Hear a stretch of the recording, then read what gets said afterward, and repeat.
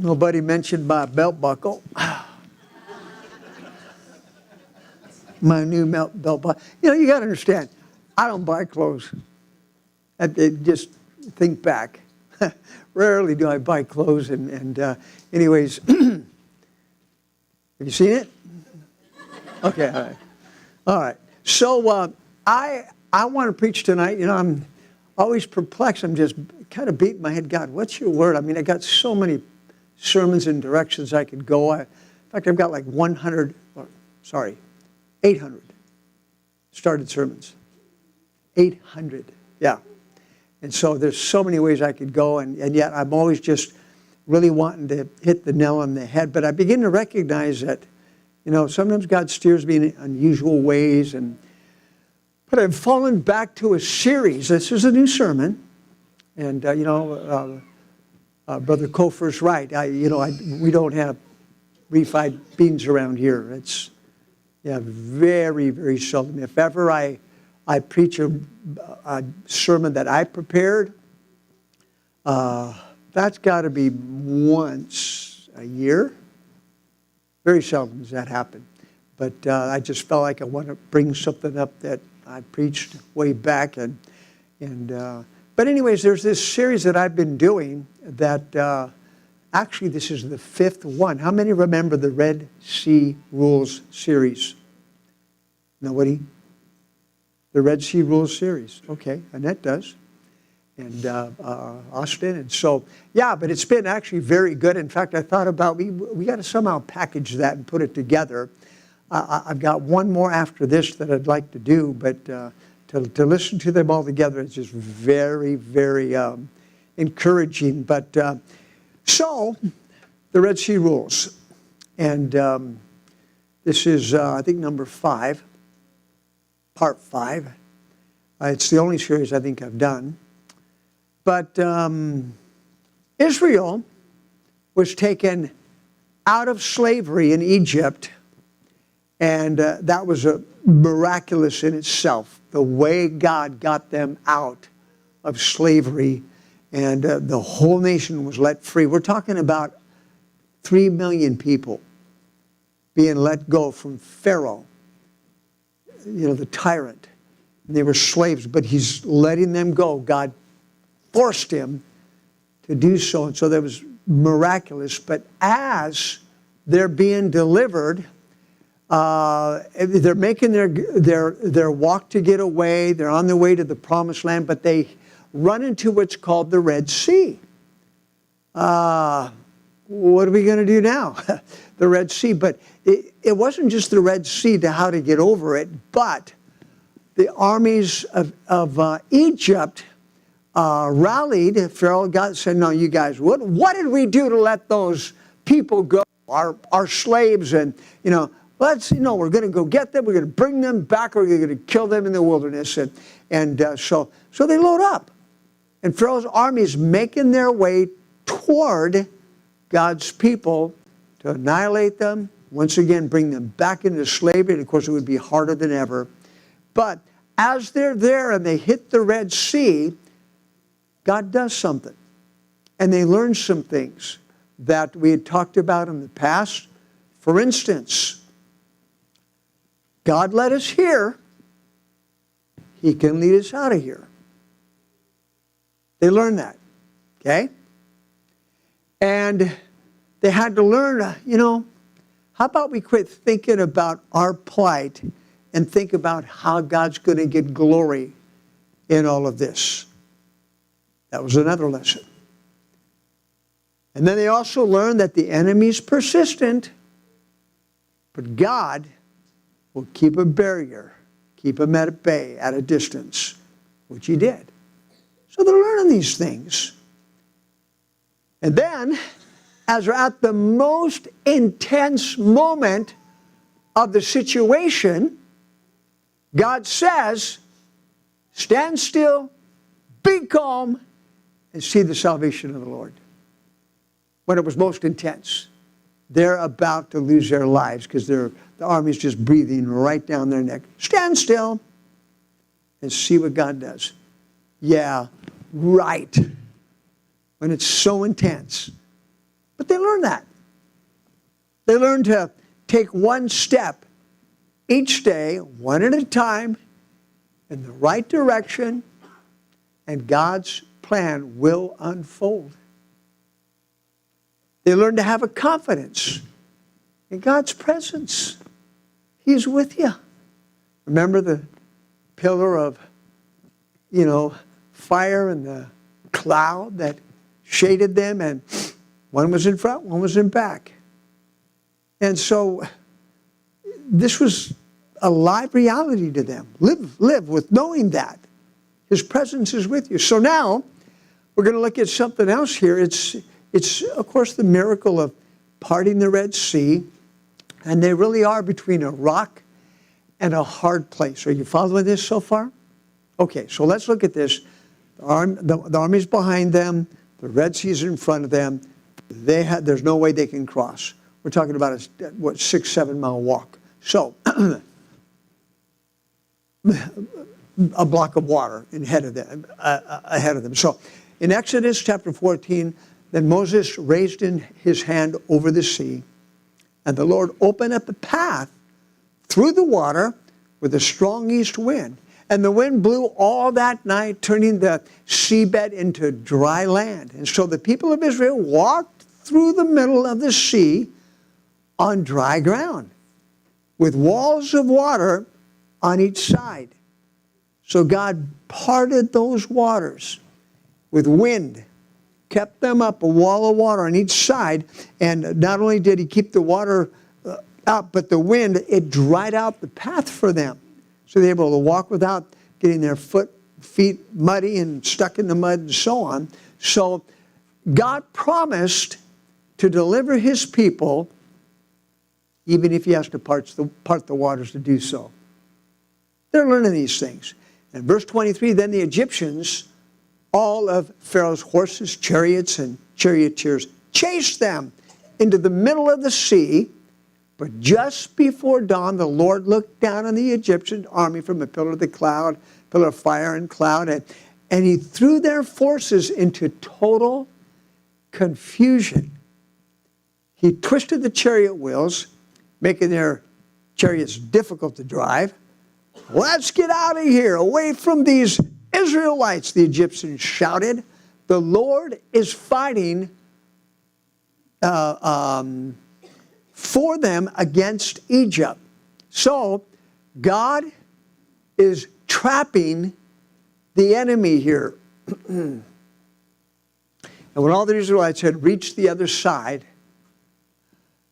the Lord said to Moses, raise your hand over the sea again, and then the waters will rush back to cover the Egyptians and their chariots and charioteers. And so the sun began to rise, and Moses raised his hand over the sea, and the waters rushed back into their usual place. And the Egyptians tried to escape, but the Lord swept them into the sea. And then the waters returned and covered all the chariots and charioteers of the entire army of Pharaoh. Of all the Egyptians who had chased the Israelites into the sea, not a single one survived. What an incredible miracle of our God. So, He's the God that delivers. The enemy's after them. God sent confusion, twisted the wheels under their chariots, or they begin to wobble. They can't really ride them now. And so Moses, with his hand and rod, the waters split, and then now he's doing it again, and the waters are coming back together. They're smashing together, and the whole army, and the Lord saved His people. So the gateway for Israel, the opening up, the parting, the dry ground, it became the graveyard for the enemy. In Deuteronomy chapter 23, verse 14, the Lord moves about in your camp to protect you and to deliver you, or to deliver your enemies to you. In Psalms 134, the Lord delivers him from them all. Psalms 50, and I will deliver you, and you will honor me. So that's our God, the God that delivers, Who remembers what the word sozo, used in the Bible, it's the word for deliver. Who remembers what that word actually means? There's more to it than just delivered. Anybody remember? We've only done this like 100 times. Okay, let me tell you again. Teach you again. Sozo. It means to save. It's one word. It's all-encompassing. To save, to forgive, to heal, to make you whole, and to deliver. That's the one word Jesus used, and it talks about in the Bible that the man was made whole. That's the Greek word sozo. You see it again and again in the Bible. It means to heal, to save, to forgive, to make one whole, and to deliver. It means all of those things, the very same word. Very, very powerful word. And he gave, the Bible says, he gave himself for our sins to deliver, sozo us from this present evil age. Deliver, heal, forgive, and make entirely whole. He's not concerned about just one area of your life. He's concerned about the whole of your life. How powerful. So he delivers. But let's use it as the word, just deliver. Just that in itself. He delivers from sin. He delivers from financial woes. He delivers from marriage problems, mental problems, emotional torment, harm and dangers and self-destructive habits, sickness and disease. He delivers. And the Lord knows how to deliver. But what our part is to trust him to deliver. That means to take you out of, but to deliver also means, we're waiting for a delivery at our house. We open the door periodically, look if it's there. It's a delivery. So it's, again, we have to trust him to deliver, but he does it in his own unique way, in his own timing. This is not a formula. It's not a one-size-fits-all. But we have to be open to how God operates. Now, what I mean by being open to that, of course, God, do it any way you want. I'm just trusting you, believing you. Well, a lot of people can't do that because they don't know how it's going to happen. In fact, it looks like it's getting worse. It looks like, it's a loss. It looks like it's over. It looks like we're gonna die here. They're coming across as we came across that, and it doesn't look good. But we have to be open to how God operates, and he operates kind of basically in three different ways, which we'll get to. But let's read this verse in Isaiah. My thoughts are not your thoughts, God says, nor are your ways my ways. For as the heavens are higher than the earth, so are my ways higher than your ways, and my thoughts than your thoughts. So he gives us an imagery here.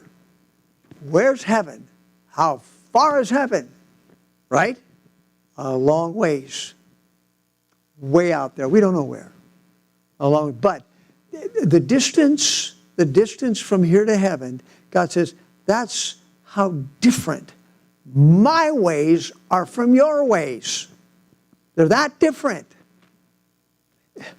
Another world of difference. My ways, my thoughts, how I operate. Now, he's telling them that because so quickly, we as God's people and they as God's people in the Bible, they like to jump to conclusions. Prematurely, draw, what they feel is going to happen. We shouldn't do that because we're going to make mistakes if we do. We don't have all the facts. We can't understand the things that only God can understand. But let's look at three ways that God does deliver. First of all, he delivers miraculously. He performs miracles. He does things outside natural expectations. He just does things. It can get very interesting. There's a woman that wrote a book, Go Home and Tell. Her name was Bertha, and she had arrived in a village in China, and she was devoting some time, some days to work for the Lord there, but she ended up having to stay in a barn, a little older woman, and the barn had oxen. And the oxen, of course, drew flies. And so she could hardly handle it, and she's praying, God, remove the flies or give me the grace to endure them. But please protect my food. Don't let them land on it all. And so, well, to her surprise, for the next 5 days, not one fly entered the barn. It was just a miracle. Just a miracle that God did. And in the Old Testament, we see God doing miracles. How he dealt and moved for his people. Israel crossed on dry ground. The water of wall, we talked about that. But in the New Testament, he didn't stop doing miracles. In Hebrews chapter 2, verse 4, God also bearing them witness, both with signs and wonders, and with diverse miracles. God does miracles in days of old, the days of the New Testament. However, it's not always, even after the miracles, what we feel it's going to go the way we think it should go. Okay, they walked across dry ground, the wall of water. They got to the other side, and the ocean, the sea closed up on the enemy. Okay, what a great victory, what a great miracle. But then right after that, they end up walking for hundreds of miles in the deserts. And they had some other tests they had to face. So God does do miracles. His time, his way. But also another way he operates is providentially. God, interestingly, weaves events and the decisions of life and people and to accomplish his purpose. He weaves things together. Now, unbelievers would call it coincidence. But no, it's God. We know it's God. I'm thinking back, and as I'm trying to have some personal experience that, probably the thing that I could highlight the most is how God has helped us along the way with buildings. How he's done that. Beginning with San Diego. We're looking, couldn't find a building. I started a church in the house. We had revival in the house. But we needed a building. We really needed a building. And so, but there's one building that Mark Tozer took me to. And man, I looked at it and said, you know what, this is it. This is it. Something in my spirit said, this is it. And I went to the guy, the owner. He said, absolutely not. Never get out of my office. I will never rent to you. Not a church. I don't want to put a church in my strip mall. No, absolutely not. And he was adamant about it. And I walked away. I was dumbfounded, absolutely dumbfounded, and couldn't figure out. God, I really thought that was you. And so I'm going back, looking in the paper, and finally I saw about a building. I called up about it, and the guy told me the address. I was like, wait a minute, I just looked at that building, and the owner told me that I couldn't be there. That he wouldn't rent to us. And the guy said, well, let me tell you, I'm buying that building, the entire complex. And you tell him that he will rent to you, or else I'm putting an end to our contract. So he proudly walked back into his office and said, by the way, we are renting your building. Only God could do that. Only God could do that. Then I thought about Turkey. Many of you heard that story. We couldn't get a building in Turkey. All the building owners are Muslim. And we're asking to rent their building to put a Christian church in their building. And they don't like Christians. But you know the story. You know that we got in and the guy looked favorable, but the whole time he didn't realize it was a church. The realtor told him we were a school, like a Sunday school. I happened to mention to her, oh yeah, we'll probably have a Sunday school as well, and you know, we'll do things, movies, but she locked onto that Sunday and she ran with that. School, it's a school. And I was on a school. When he found out that it was a church, after we had 3 months of labor, a lot of money, we're just about to open, a grand opening, and he says, I'm kicking them out. They started a church, they're out. What the heck? I didn't know what to do. Maybe you heard the story when we opened up and the guy came to me at a prayer meeting one morning and he's irate, so mad. So he's raging mad. And then turns around and, no, there's a phone call and I had him call the landlord and she's talking to him and then she talks to me and says, why did you cut down the trees in front of the building? I didn't cut down the trees in front of the building. Okay, let me talk to him. Give him back the phone. And well, it turns out he pretty much just walked away after that. And then the next time he came, and by the way, he did really, really, really offend me. Really offended me.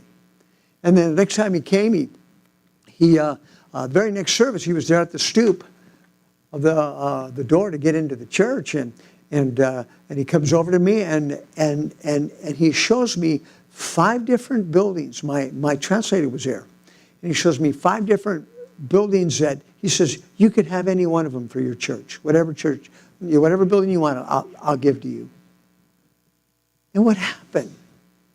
I had so much favor. At one point he hated us and now he loves us. But what happened is that he so offended me when I was innocent, he shamed himself. But out of that, it flipped the table around where now he's for us 100%. He said, I don't care what my Muslim friends say. I'm going to rent you your building. That's providence.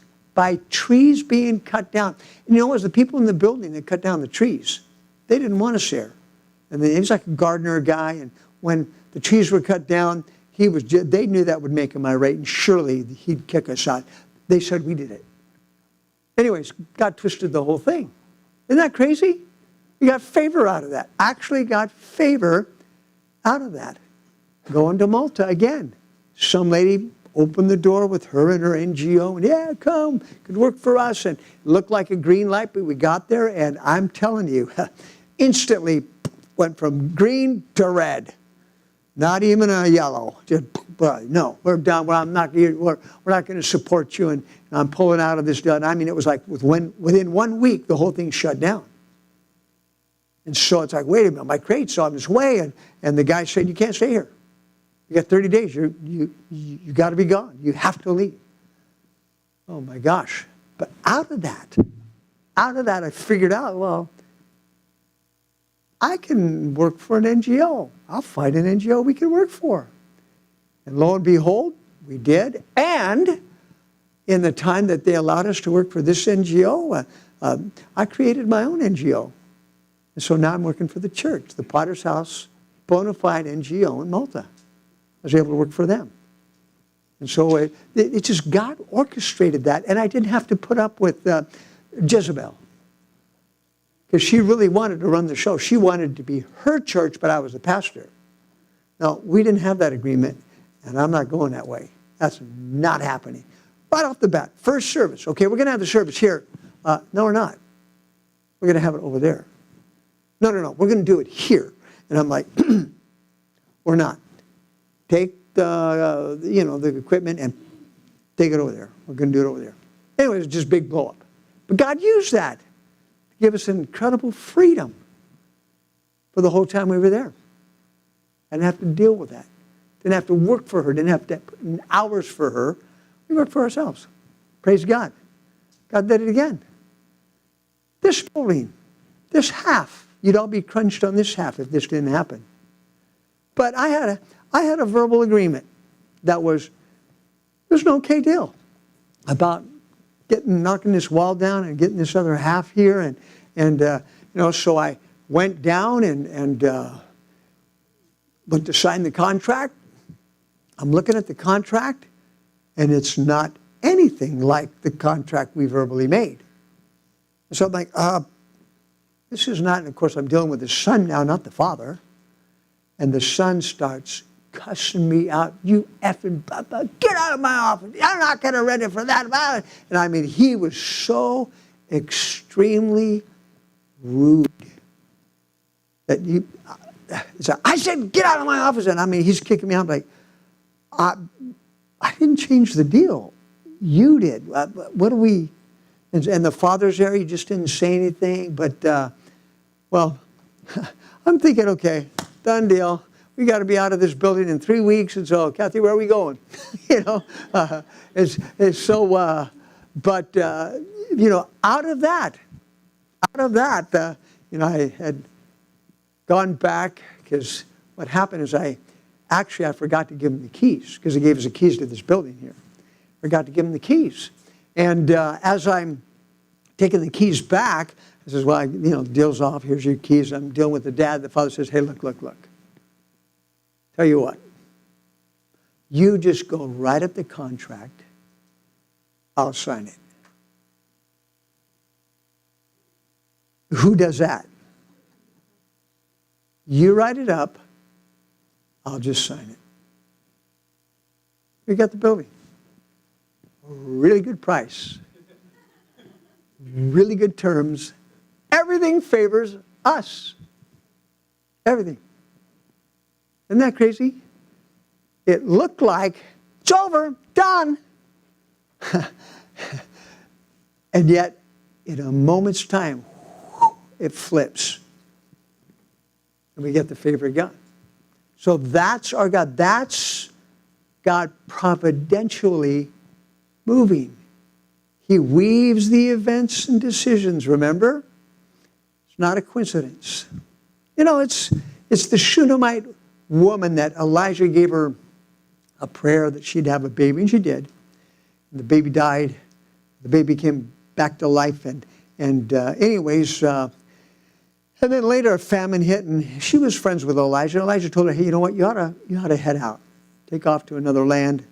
Famine's going to hit here. And she did. But when she came back, all her property was gone. It was taken. They took everything, her whole property. And, Elijah, or actually Gehazi at that point, he was there during all this. And he's telling the king this very story about the Shunammite woman and the child and coming back to life, and how she was just a woman of faith and so on. And so he's actually just talking to the king when she walks in to speak to the king. And Elijah's like, yeah, the woman, and that's the woman. That's the woman. And of course the king's like, really, is it true? And she goes, yeah. He says, okay, I'm giving you all your land back. In fact, I'm going to make sure you get everything you lost, the crops, the value, and everything. I want to back pay you for everything you would have lost for the whole time you've been gone. That's God. That's God working things. How many of you had things happen like that? It's just like, was that God? Well, Kathy and Linda, they were sitting in our kitchen. And Linda's like, you ever have deer? You ever see any deer in here? And Kathy's like, absolutely not. I wish we did, but no, there's never been a deer. And so, so she's, Kathy's talking to Linda, never seen a deer. As soon as she says that, a deer walks through the backyard, and Linda's like, and Kathy looks back and is like, what the heck? She just said it. Never seen a deer, and she sees a deer. What is that? What do you do with that kind of stuff? It has to be providential workings of God. the providential workings of God. So, Gideon in his fleece, he laid it out. Hey, God, if you want me to do this, then make this carpet wet and all the ground dry in the morning. What was that? Exactly like he said. And then the next day he said, okay, let's do this one more time, God. Now, make the carpet dry, but all the ground wet. Okay? Let's try that. And it happened exactly like that. Now, there's some Christians that they want to exploit that idea of a fleece. But we know the Bible says, don't tempt the Lord your God. However, don't close the door to that possibility. You pray, be open, and God knows how to answer. In fact, He's able to do immeasurably, exceedingly more than all we can ask or imagine. And God delights to exceed our expectations. Israel maybe thought, as the armies coming to attack them, okay, God's going to protect us. He's going to protect us. I know He's going to protect us. They probably thought that, yeah, God likes to use lightning. He's probably going to strike them all dead, just with lightning. They're all going to die with lightning or something. No, it didn't happen like that. They had to walk through the sea with the wall of water on each side, being held up by wind. That was a little scary in itself. So we have to be open. But this we know, if you're a child of God, our Heavenly Father is at work when you trust Him. Then the last way God moves is mysteriously. We've all heard God moves in mysterious ways. Yeah, He really does. Sometimes. We're talking about things that it can't be explained. It can't. How could you explain? It's really hard for people that are trying to catch this gospel thing. Jesus hanging on the cross, dying, was a victory.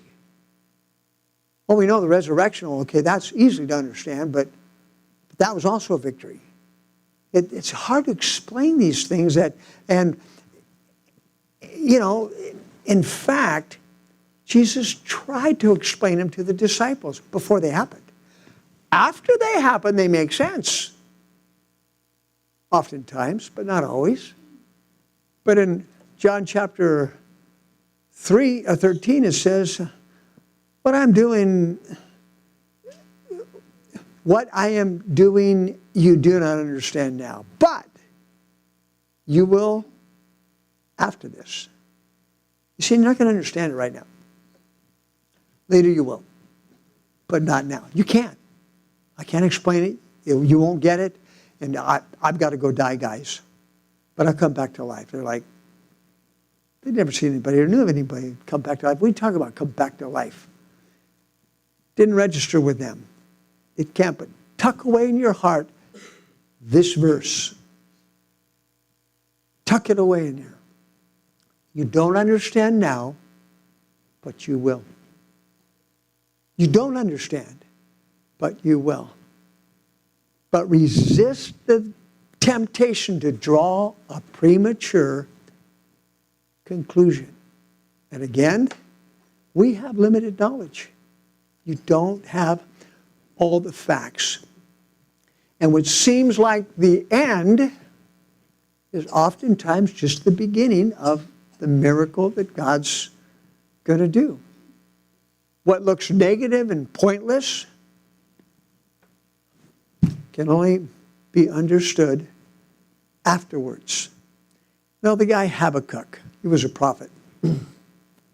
He observed the society in which he lived in. It's only 3 chapters in the Bible, but this was an evil people and chaos, constant chaos and corruption. And he's like, God, why don't you do something about it?